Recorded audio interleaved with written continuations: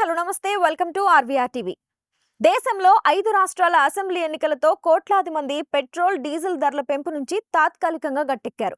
ప్రపంచవ్యాప్తంగా ఎన్నో దేశాలు వీటి ధరలు పెంచేసినా మన దేశంలో అసెంబ్లీల ఎన్నికలు దీనికి అడ్డుగోడగా నిలిచాయి. ఇరాన్పై అమెరికా, ఇజ్రాయెల్ మూకుమ్మడి దాడులతో గల్ఫ్ దేశాలు గింగిరాలు తిరుగుతున్నాయి.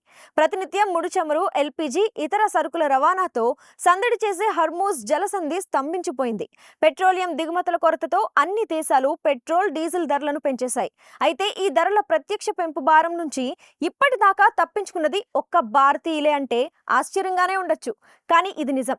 America 22%, Canada 21%, Italy, Germany 15%, France 12%, దక్షిణ కొరియా, చైనా, టర్కీ 11%, జపాన్ 8% మేరకు అదనంగా వడ్డించాయి.